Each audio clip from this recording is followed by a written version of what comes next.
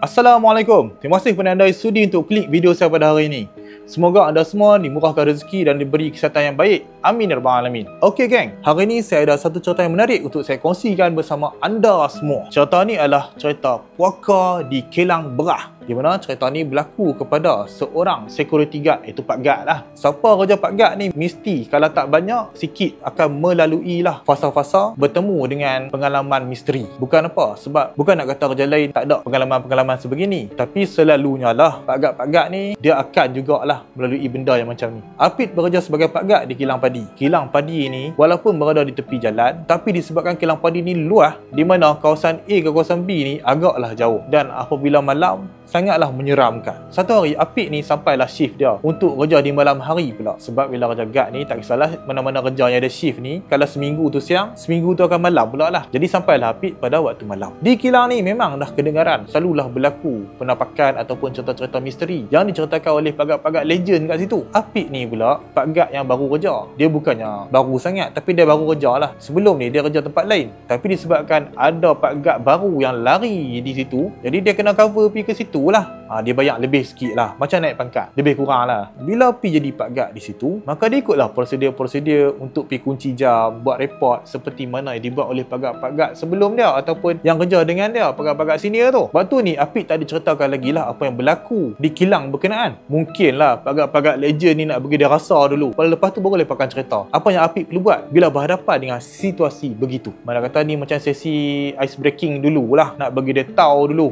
apa langkah-langkah yang perlu dia buat ketika menjalankan tugas sebagai Pak Guard di Kelang Berah tersebut. Lalu langkah diatur, langkah demi langkah untuk pi kunci jam, sekaligus mengawasilah apa yang terjadi. Orang masuk curi berah ke, orang masuk curi kabel ke, orang masuk ambil benda-benda berharga dalam kilang tu ke, tak tahulah apa mereka nak buat kat Kelang Berah tu. Satu kawasan ni lalu dicek dan ditanda dengan jayanya lah oleh Apit. Sampailah kawasan belakang yang sangatlah gelap, di mana Apit perlu membawa lampu suluh. Apit pun menghidupkanlah lampu suluh dia tu untuk mencarilah poin yang perlu dia kunci jam di situ, sekaligus menandakan yang dia dah sampai ke checkpoint tu lah, supaya nanti pegawai atasan dia boleh main check mereka ni buat kerja ke tak. Bila dia suluh-suluh lampu tu, terfikirlah hati dia, apalah mereka ni main tak benda ni tang ni, taklah tempat yang cerah-cerah sikit. Tapi logik lah, siapa yang nak curi kat tempat cerah? Mestilah orang curi kat tempat yang gelap. Tak gitu bang. Bila dia tengah kunci jam tu, dia terdengar bunyi kawan dia panggil dia, Apit. Apit pun sok lah, ya bang.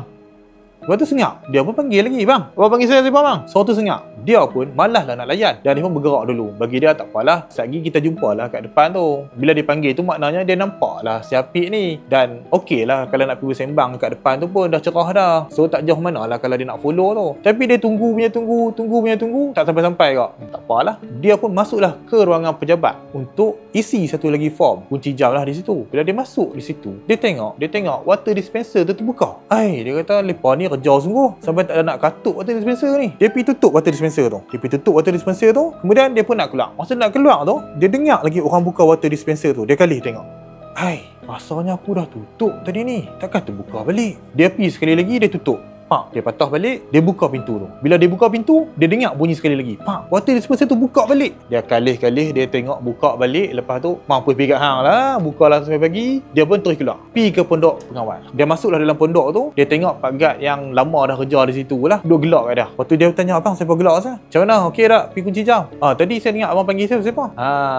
Dia gelak. Bila aku panggil hang? Tak panggil hang pun. Tadi saya dengar, sesah saya dengar abang panggil saya tadi. Tak ada pasal aku nak panggil hang. Aku duk isi buku log dari tadi. Lepas tu dia pun tanya abang tu, dah tu siapa panggil saya tadi? Hang dah nampak apa-apa tak tadi? Tak nampak apa bang, saya dengar abang panggil je. Hang betul, orang lain selalunya mesti akan nampak. Baru dia secerit, nampak apa pula dah bang? Selalunya dia mesti akan nampak ada kak pun belakang tu. Dia kata, abang, awak tak beritahu saya awal. Kalau aku beritahu hang awal, tobat lahum lah hang nak pi. Dan betul, memang dia takkan pi dah. Sejak daripada hari tu, memang dia tak pi dah ke belakang tu. Lepas tu Apit ni tanyalah kat abang tu, abang, water dispenser dalam office tu macam mana? Sebab waktu saya keluar dari office tu, water dispenser tu terbuka sendiri. Esok kalau yang habis orang marah kita tak bang? Abang tu kata, bila malam je memang jangan tutup, dia akan terbuka sendiri. Tapi hang jangan risaulah, ayak tak berkurang pun. Esok tu ayak tu banyak tu juga. Tak tahulah dia buat macam mana. Dia pun lega sikit lah. Dah tu macam mana bang? Dua tempat ni macam mana nak buat? Cerita dia, dua tempat ni hang tak payah pergi kunci. Hang pergi kunci esok pagi saja. Hang tulis masa. Kiranya hang pergi kunci tempat lain, sampai situ hang tengok jam hang kira berapa, hang tulis dekat buku ke lah, telefon ke. Esok pagi dah siang baru hang pergi tulis kat situ. Tulis balik satu-satu. Itulah trik dia. Dan memang pegawai atasan dia pun tahu tahu dah mereka buat macam ni, bukan mereka culah kerja, tapi dengan adanya penampakan ataupun gangguan macam tu memaksa ataupun memerlukan mereka menjadi kreatif macam itulah untuk survive. Bukan makna kata mereka ni tak amanah, tapi mereka pun manusia, ada juga rasa takut dan perlulah menjaga keselamatan diri mereka juga. Sebab mereka pun di akhirnya nak balik duit untuk anak-anak bini. Tapi kalau benda tu boleh memudaratkan diri mereka, apa guna duit yang banyak tu? Dah lah dapat pun tak banyak pun sebenarnya. Jadi geng, duit bukan segala-galanya lah, walaupun channel kami memerlukan duit. Baiklah, terima kasih kepada anda yang sudi untuk dengar cerita saya sampai habis. Ingat geng, jangan tinggal solat dan jangan lupa selawat. Allahumma salli ala sayyidina Muhammad. Assalamualaikum.